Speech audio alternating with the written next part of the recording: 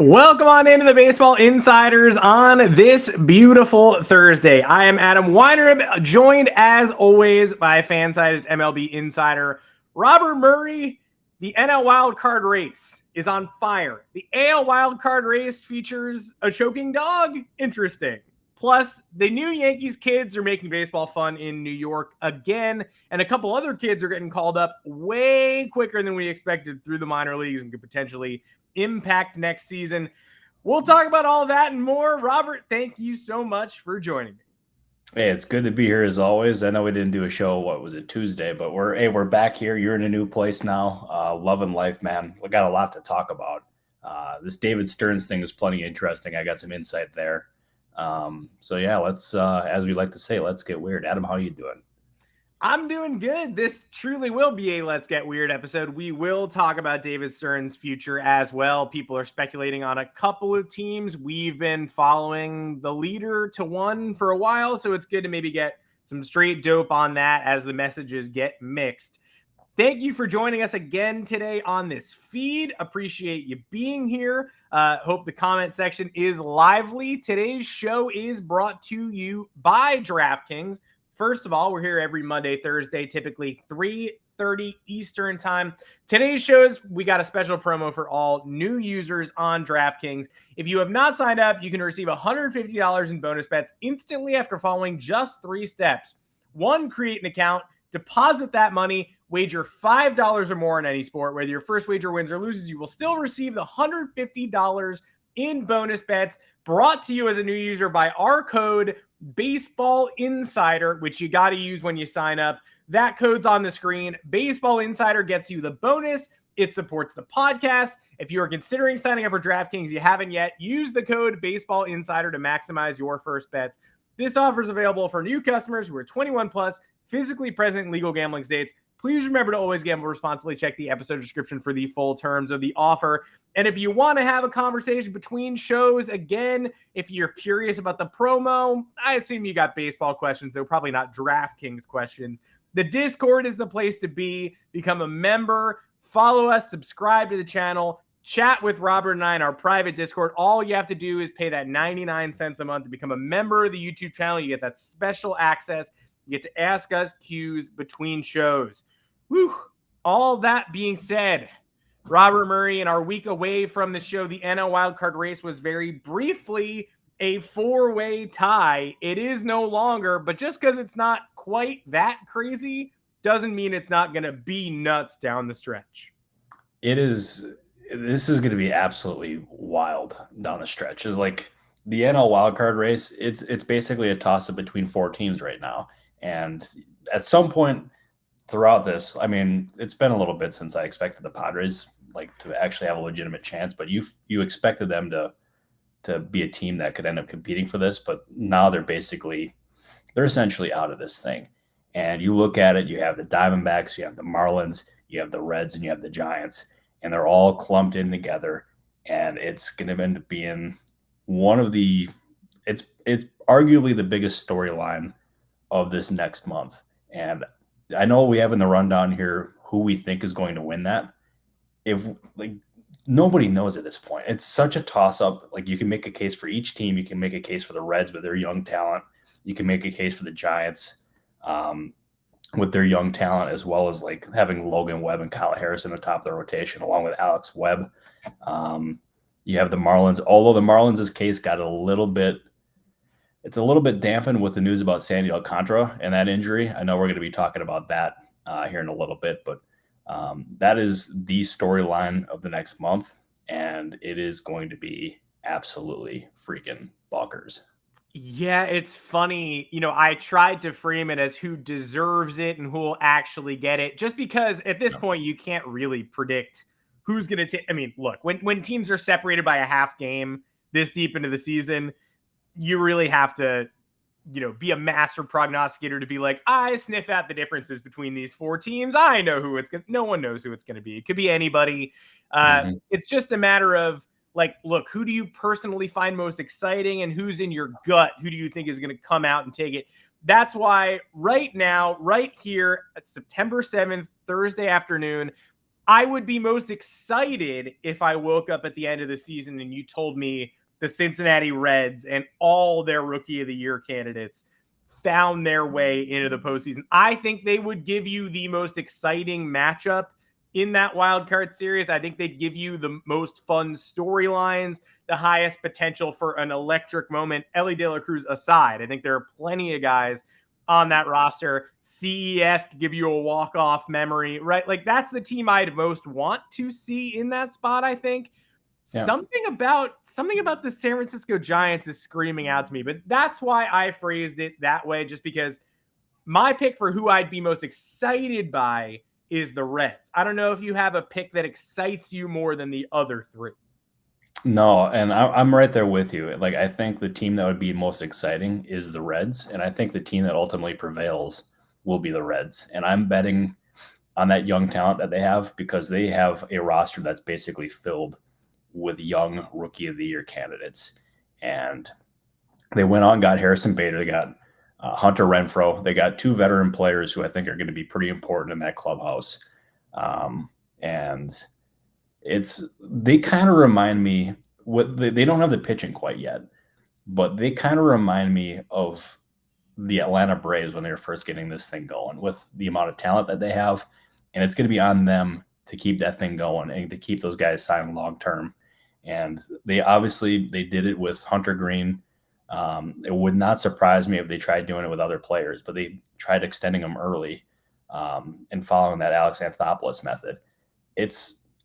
I think that's a team right now that is the team to beat, especially with the Marlins losing Alcantara. We don't know how long he's out. We don't necessarily know what that injury is quite yet. He's undergoing tests to figure out what exactly is wrong there. Then you have the Giants, who have lost 6 in a row. I'm feeling pretty good about them, or pretty good about the Reds right now. But I'll tell you that is a team that, if they make it, they have the ability and the talent to beat anyone.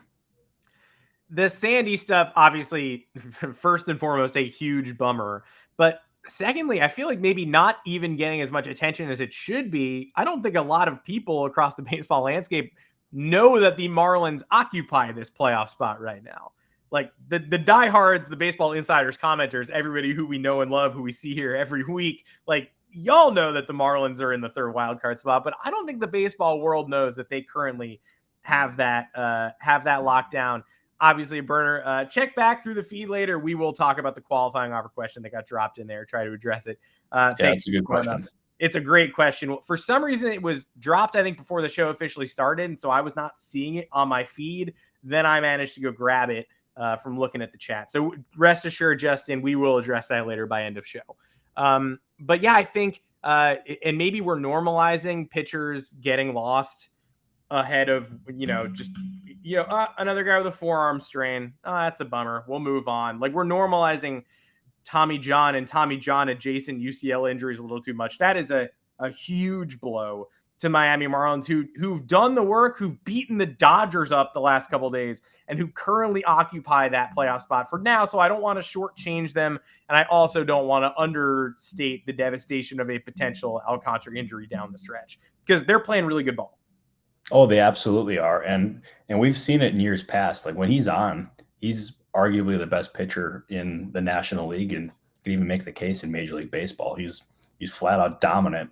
And I wonder, because there's been no update about his injury status quite yet, at least as of last check on Twitter for me. Yeah.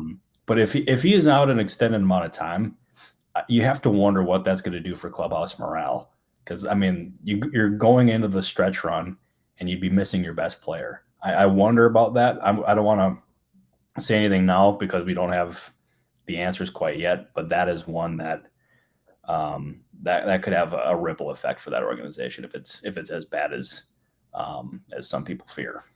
Yeah, and that is probably something we are going to be dealing with and delving deeper into on Monday when we know a little bit more. We're going to talk about the San Francisco Giants. We've got a Giants question in the comments, and you have the Giants on choke watch. And hey, I get it, right? Pretty big losing streak. I'm going to make the case for the Giants taking this final wild card spot. Based on schedule alone and infrastructure. I believe in that core. I believe in Gabe Kapler. I think experienced manager down the stretch helps.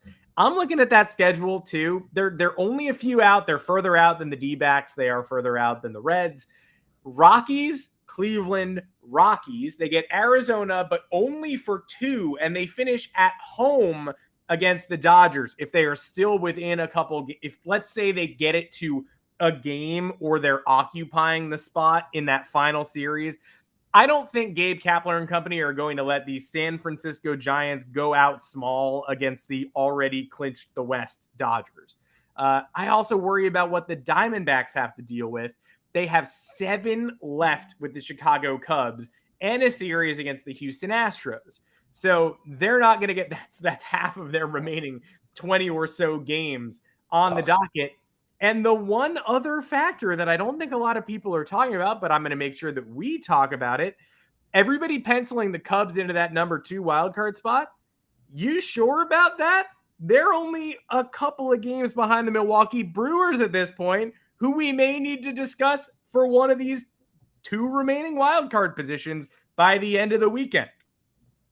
I'll tell you, Adam, the Cubs being this close in the NL Central race was not necessarily something that I saw at all. I thought they maybe were about a year away, because I think they're going to be pretty active in free agency this year or this offseason. And I thought they were going to be a possible contender for a wild card team, like maybe the 3rd wild card spot, but not this. And I think that organization deserves a lot of credit. And I will, as far as like the schedules go, it does not get much tougher than it does for the Arizona Diamondbacks to end the season here, having basically half their schedule being against those teams. Although that being said, I mean, the Astros they're flawed. They're not the perfect team that they were in recent years. The Giants' schedule, on the other hand, that much easier. But that being said, that organization is dealing with a roster that's kind of in flux right now. And we got to see it with some of the recent roster moves as well. I mean, Patrick Bailey injured. And then they also sent down Wade Meckler, who I remember at the time that they called him up. I had somebody tell me that he was basically, if everything goes right, he's going to end up being Jeff McNeil of the Mets. But that being said, that same person said that was an awfully aggressive promotion, and it could end up backfiring because he had limited experience in the upper part of the minors. They called him up because he was just raking, and like he deserved the call up, but the lack of experience, it hurt him. And I wonder if his confidence is going to end up being something that is impacted by it, because his struggles, and there was some really low lows there for him. But as far as the Giants go, they have the frontline pitching where they can end up really making some noise here. Do they have enough offense? That I don't know, but their pitching staff, headlined by Webb, Cobb, and Harrison, is very good. Yeah, I guess not every mustachioed guy named Wade is Wade Boggs. Some of them just turn out to be Wade Meckler when they're first promoted. And it's not over for him, but that early promotion, knocked back to where you were before, bruised ego type thing. I think that's why a lot of us were nervous about, hey, why are the Yankees calling Jason Dominguez up in September in a lost season? Like, you're worried about the same aggression, and Dominguez has responded in a different manner, but that's a real fear. Oh, I'll tell you though, I give the Yankees credit because we had given them a hard time on this podcast. Oh, I've been kicking their ass for months. Yeah. Yeah, and like we kicked them while they were down, and you got to just return the favor and you got to praise them while they're doing this. And they've been on a recent string here of just really good baseball, and it's after they called up the kids. And Jason Dominguez, I'll tell you, should we get into that part of the show now, or do you want me to save that? Oh no, let's move into the Dominguez stuff, because look, the Yankees are I don't actually think the Yankees are going to pull an off-season extension here, but no. I do feel like you got to at least consider it after looking at the Braves model. Dominguez is in the Mickey Mantle class in his first 5 games in major leagues. Yeah, and I'll tell you, like it's a really interesting conversation for the Yankees here, because they have I mean, they've done early extensions before. And I mean, they basically, well, I wouldn't count Aaron Hicks as an early extension. Kind of. They tried to do Aaron Hicks and Luis Severino in the same offseason. Hicks was, 27, I think. They looked at the center field market. They didn't see anybody coming down the line. They wanted more. That was a mistake, but they didn't see anybody. Could have had Brandon Nimmo money, didn't, is what it is. Severino, everybody celebrated that at the time. Cheap extension, only bought out a little bit of time. Then, of course, he fell apart too. So 2 cautionary tales in a row, but now we're in a new era. We are in a new era, and Dominguez is about as heralded of a prospect for the Yankees as they've had, I mean, in recent time. I mean, obviously they've had Anthony Volpe, they've had Aaron Judge, but Dominguez, I mean, you've basically known about this guy since he's a teenager, and it was a long-awaited debut, and he's done really well for himself. And you wonder how teams are going to adjust and how he's going to end up faring once these teams have more scouting reports on him. But his talent is second to none, and the Yankees exploring an extension with him would make sense. And will it result in a deal? My guess is it's probably unlikely. But that being said, I will say this. Dominguez is represented by the same agency as Corbin Carroll, who did an early extension with the Diamondbacks earlier this year. And Dominguez is young enough now. He's 20 years old. Let's say he does an 8-year deal, which I don't know necessarily how that would line up with his arbitration and free agency years. But let's just say it's an 8-year deal.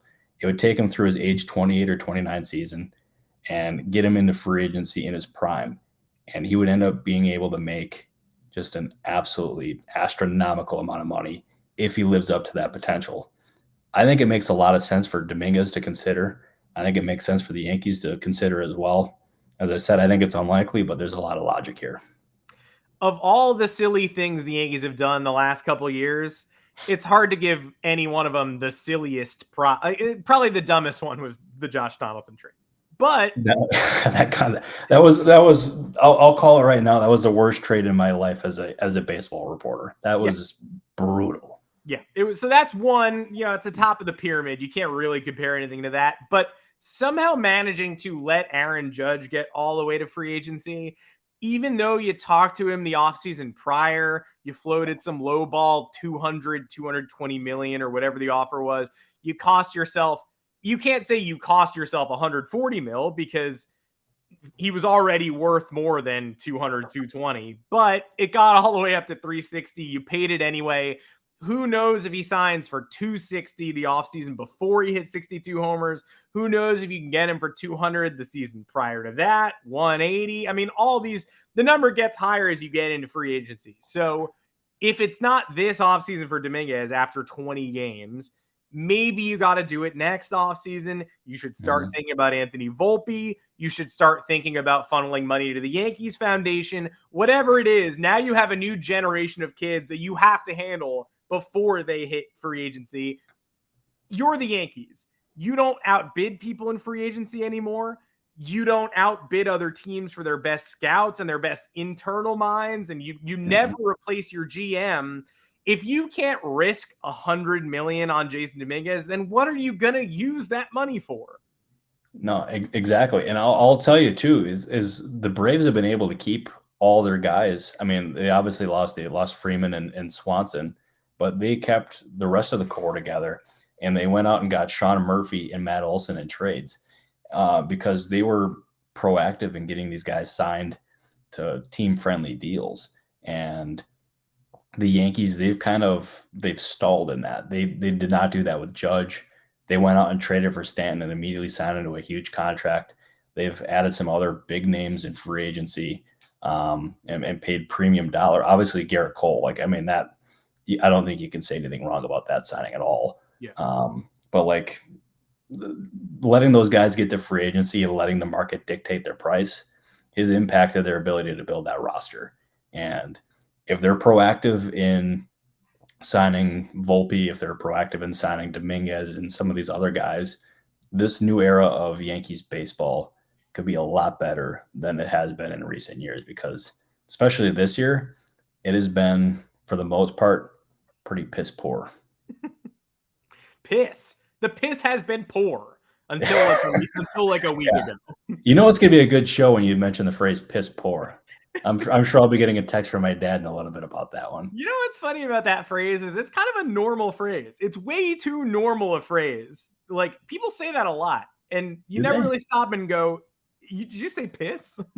Yeah, I guess I didn't know that was a common phrase. Maybe that isn't in Arizona quite yet, but I know it is back home in Sheboygan Falls, Wisconsin. So yeah, New York. I think I heard it on the F train yesterday. I think I heard it on the path this afternoon. So yeah, I'm gonna start using it more though. There you go. We're bringing it back, baby.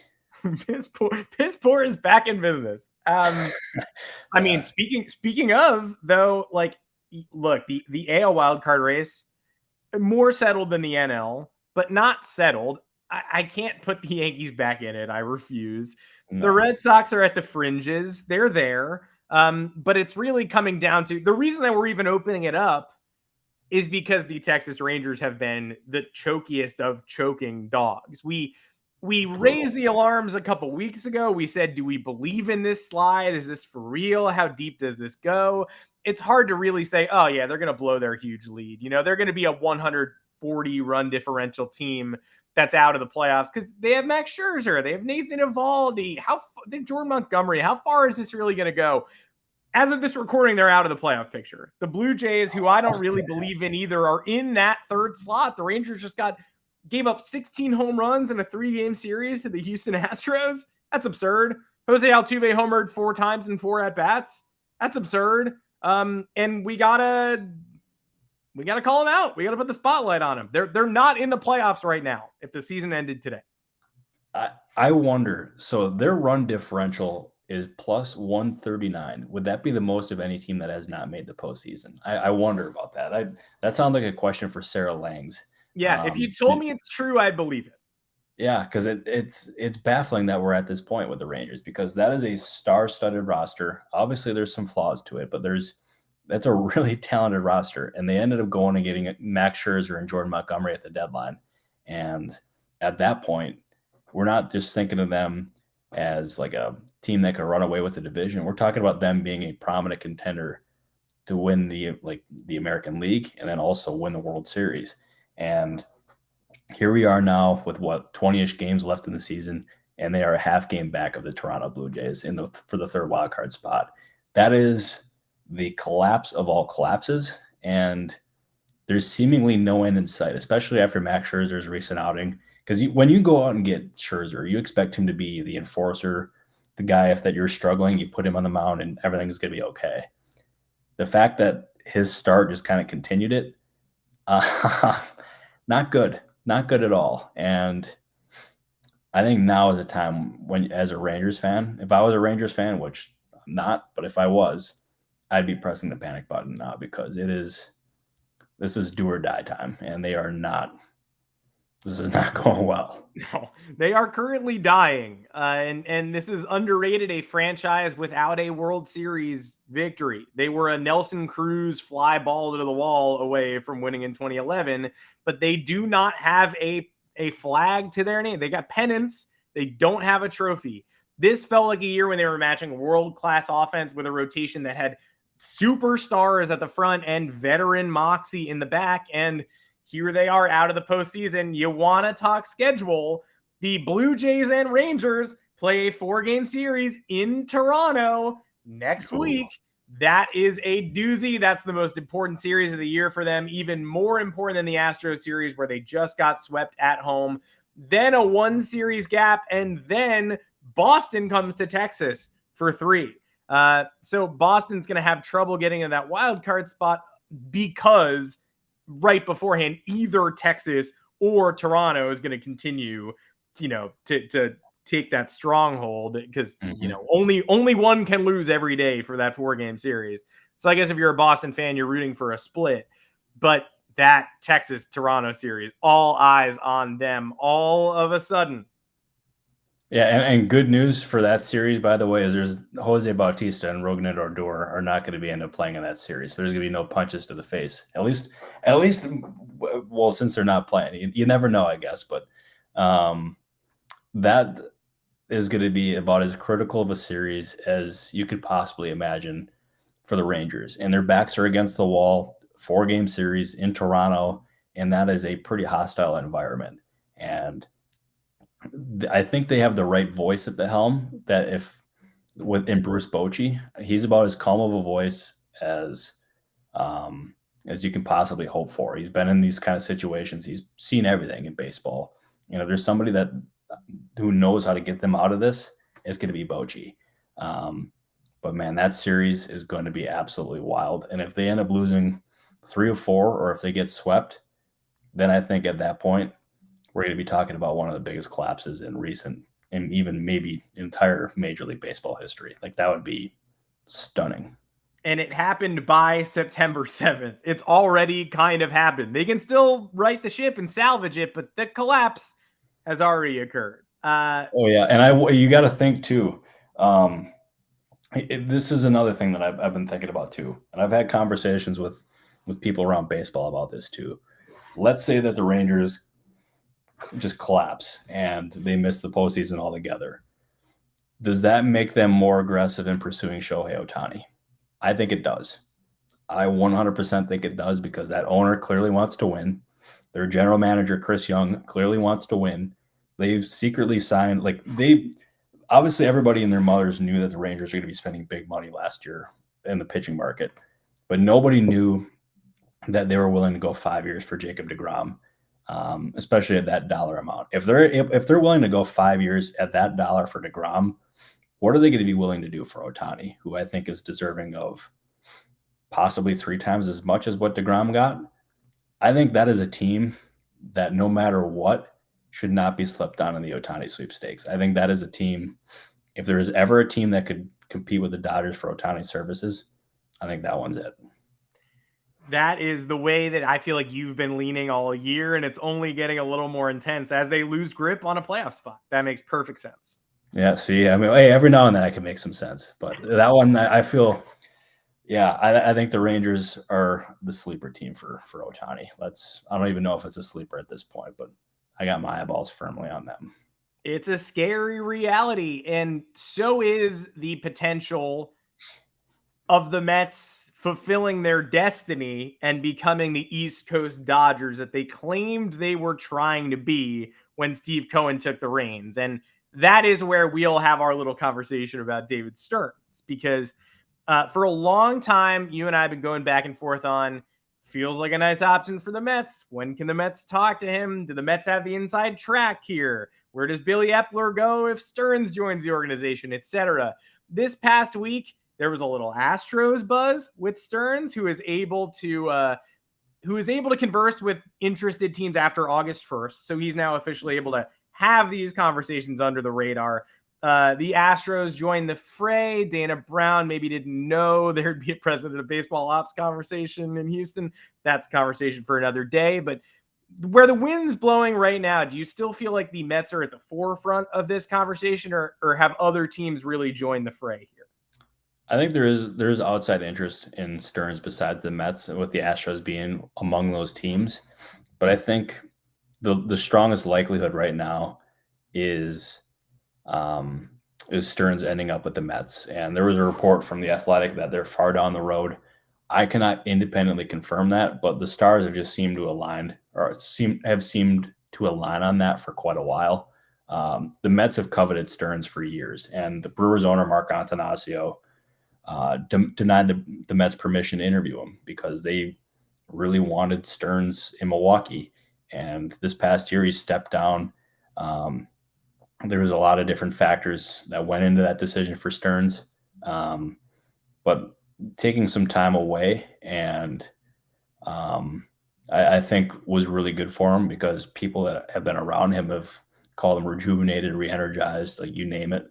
And I think the Mets, who are the team that he grew up watching, I think it's a perfect fit. And the fact that they have Billy Epler there, I don't think is any issue at all. I think that's actually a good thing for Stearns, because those two, from what I understand, are pretty close. And it's going to be a good dynamic there. He's going to have a lot more resources in with the Mets than he would Milwaukee, because he was always restricted to a pretty low budget. And every year he basically exceeded expectations in Milwaukee. So, and I think that's ultimately what forced him to move Josh Hader. And the Brewers owner, Mark Antanasio, he threw Stearns under the bus. And I remember after that trade happened and it did not work out, Antanasio threw him under the bus. And I caught a lot of people in the industry off guard. And that's why, Josh, I know you're asking if Stearns could come back to Milwaukee. I think there's a saying that I like to say. I think there's a better chance that I end up dating Taylor Swift than Stearns returns to Milwaukee. I don't see that happening at all, and I think he's going to go to the Mets. Atanasio threw him under the bus. Steve Cohen was driving that bus, it would appear. Yeah, yes, he was. And I'll tell you, money talks, and we know one thing. Cohen's got a lot of it, and he's not afraid to spend it. He'll never be afraid of anything, as far as I know. Well, let's before we go, let's do a couple of questions from the crowd. I want to make sure that we hit Justin's regarding potential qualifying offers. And Rosu, we're going to hit on your Giants questions as well. Although your question about how sports reporters get insider news, is there a secret network? There is actually, and it's called the Baseball Insiders Discord channel. If you subscribe and become a member on our YouTube channel, you will have access. I'm, of course, making a little bit of a cheeky joke, but you will have inside access to Robert, my thoughts, our takes. You'll be able to feed us questions in between shows. We'll answer them as best we can. You might even be able to inspire topics for the next live show. So if you are not yet a member, if you're interested in learning more, if you want to join us every single day in the Discord, as opposed to just Mondays and Thursdays, please join that channel. Now, let me actually, I want to answer his question, because I don't know if he's like an aspiring journalist but like, if you want to start building a network of sources, I would recommend reaching out to as many different people as possible in baseball, whether it's like agents or it's scouts or it's executives or players, or and making yourself seen and building those relationships, because relationships, I'm in a relationship driven industry. That's how I've been able to break a lot of different news throughout baseball at my age, is just relationships and not trying to rush it too fast. And it's a lot of fun. It's a lot of work. It's led to some long days, but I'll tell you, if you want to do that and it's your passion, it's really rewarding. It's a lot of fun.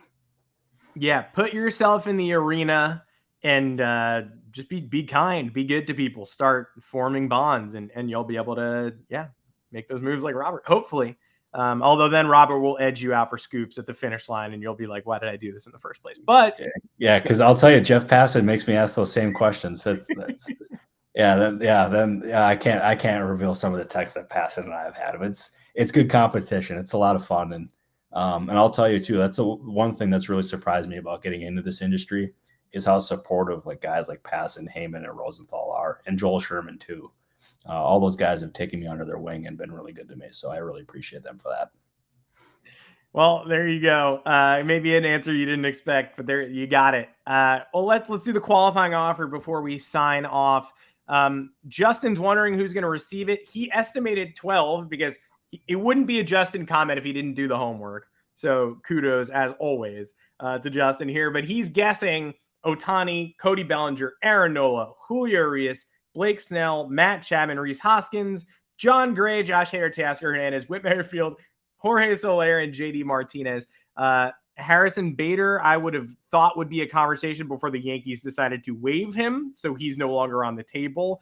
The Julio Urias conversation is a whole big can of worms, and I don't actually know one way or another. I don't know if he does receive that after the arrest over the past couple of days. But do any other names come to mind immediately? And do any of these names listed scream, hey, he's not getting the QO to you?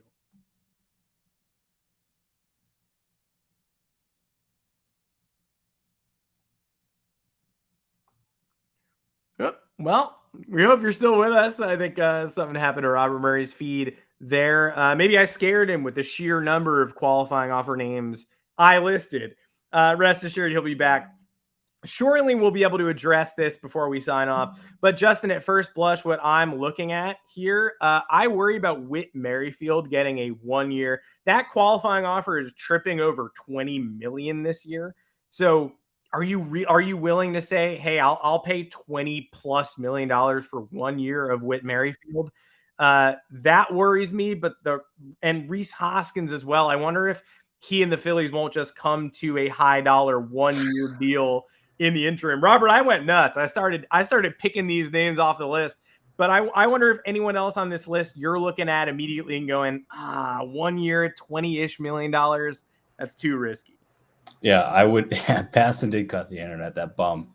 I think there's a couple of guys in there that I would be a little hesitant about. I think Whit Merrifield is one of them.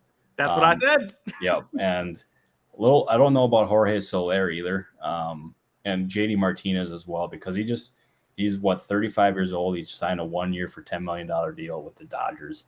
I can't envision him getting double that in terms of a qualifying offer, especially with how many injuries he's dealt with this year. So I think those are three guys that I would not necessarily expect to get the qualifying offer this year. Yeah, well, maybe Teoscar Hernandez too, but the way that he's bounced back could make an interesting conversation, I guess. 20 million's a lot. And the only other name I said was I feel like Hoskins coming off the injury, what he means to Philadelphia. Maybe there's a chance that the Phillies just go, we're going to help you reset your market again. Maybe it's a long-term deal with us. Maybe it's somewhere else. But how about we forget this whole qualifying offer thing and we just do 1 year, 14, 15 million instead of 20. And then you get back after next offseason. We'll talk again. That's the only other one that makes me go, there might be some middle ground there. Oh, no, for sure. And I also wonder too, is like, could there be another Tyler Anderson situation where like the Dodgers ended up extending him one last year and I thought he was primed to accept it. And then the Angels swooped in at the last second and got him to a 3 year for $40 million contract. And that did not work out. There's a lot of different scenarios here that could end up playing out with the qualifying offer, but yeah, those are the last three in particular that we mentioned before. I think those are like probably 50-50, maybe 25-75. I mean, you can make the case, but I think they're more unlikely than anything. Well, we hope that answers your question. Despite Jeff Passan taking a hatchet to the internet in the middle of the show, I still think we got it out pretty well. Next week, we hope you'll join us again. We'll be back, same schedule, Monday and Thursday, 3:30 Eastern. I'll actually be away for Thursday, so we will not be doing a live show on Thursday, but we'll have something pretty exciting for you in that slot anyway. It's recording tomorrow. I keep having to pinch myself and knock on wood. I can't believe, like, is that real? I just kind of can't believe that's really happening, but I think it is. So we'll have something. If you like Tom Glavine, you're probably going to like this one too. That's really all I'll say until it goes live. But Robert, it's been a pleasure. As always, we hope you answered all of your questions, and you can't find a better spot than the Discord if you want to join us between shows and answer more questions. The promo code again for DraftKings. Today's sponsor is Baseball Insider for all new users. Whew. It's been a rough one getting back in the swing of things, but Robert, I think we did it. Hey, we absolutely did it, and I'm thankful we did it. I'm thankful to be here with you. Great show today, as always, my friend. I appreciate everybody for commenting. We had a pretty active comment section today after taking Tuesday off, so I appreciate all you guys. Adam, we have a big interview tomorrow, so I'm pumped about that. That is going to be one of the biggest interviews, I think, in Baseball Insider history, which could even rival Fernando Tatis Jr. I'll leave you guys with that. We got ourselves a big one here, so should be a good time. And they appear to be giving us 20 minutes, which I keep being like, man, that's a lot of time to give old me. But I mean, they're nowhere big time, so we love that. So that's gonna be a freaking good time, man. I can't wait. I can't wait either. Stay tuned to the feed for that, of course, presuming they don't duck out in the last second. But I think they're serious. They sent us an email today. We'll see you live on Monday as well to answer more of your questions with an update on the races with a little more information. Shout out to you, as always, Robert, for being the MVP. Shout out to producer Joanne for crushing it. Shout out to the comment section and all our friends, old and new. Woo! I'm about to go to Yankee Stadium to see Jason, the Martian Dominguez in person, hopefully put on a little bit of a mini show, maybe a big show, maybe not a show at all. It's exciting to be in the room. What can I say? And it'll be exciting to be in the room again with you, Robert, on Monday. Can't wait for it. Enjoy Yankee Stadium. Say out of the Martian for me. And I'll see you tomorrow, Adam. Yeah. And I'll see everybody else on Monday. Yes, sir. Take care until Monday. All of y'all, you're the reason we do the show, and we can't wait to see you again. That's exactly right. Thank you, everybody.